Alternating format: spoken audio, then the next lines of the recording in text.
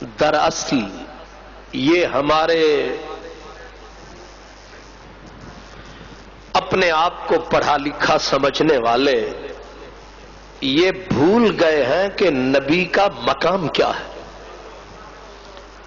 نبی کے مقام کی نزاکت کو یہ لوگ، ان کی بدبختی بدقسمتی یہ ہے کہ یہ نبی کی توہین کو ایک عام بندے کی توہین سمجھتے ہیں. نبی کی بے عزتی اللہ معاف فرمائے، نبی کی گستاخی کو عام بندے کی، اور اس لیے اب یہ پھر دلائل دینا شروع کر دیتے ہیں، جی جان لینا، جی فلاں کی جان لینا ایک بندے کی خاطر. یہ بھول جاتے ہیں.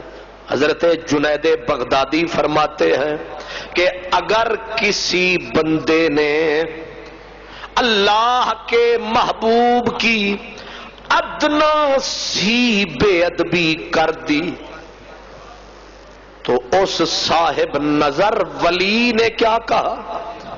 صاحب خبر وقت کے کامل بزرگ نے فرمایا جب کوئی آدمی بے ادبی کر بیٹھتا ہے تو اس بے ادبی کا وبال کتنا ہے.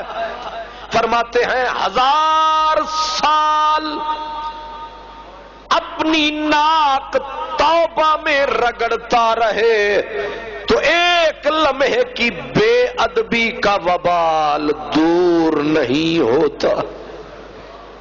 کتنے سال؟ 1000 سال دن رات توبہ توبہ کی تسبیح کرے وہ گناہ معاف. یعنی میں آپ کو عرض کروں کہ اس زمین دھرتی کے سینے پر سب سے بڑا جرم بے ادبی ہے.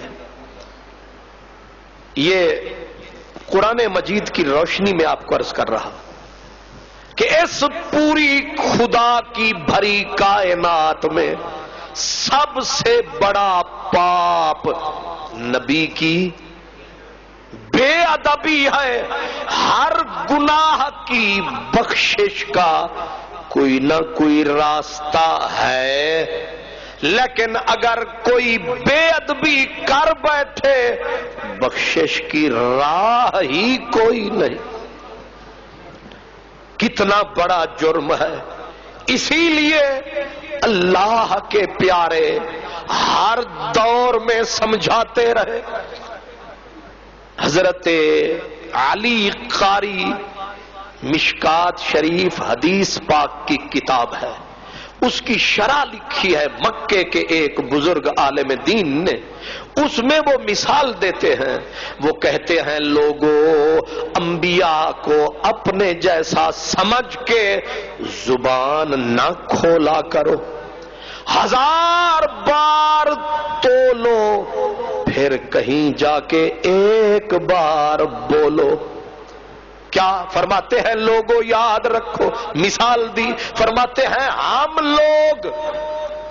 ہم ہیں پاؤں کی طرح، اللہ کے ولی ہیں ہاتھوں کی طرح، اور اللہ کے نبی ہیں آنکھ کی طرح، اللہ کے رسول ہیں آنکھ کی پتلی کی طرح.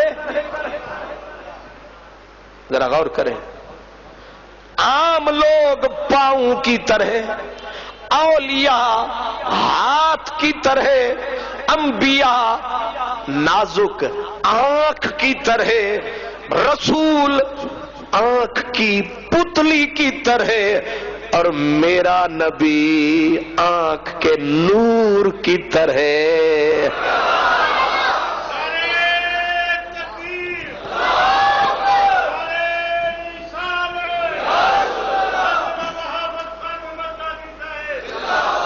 یعنی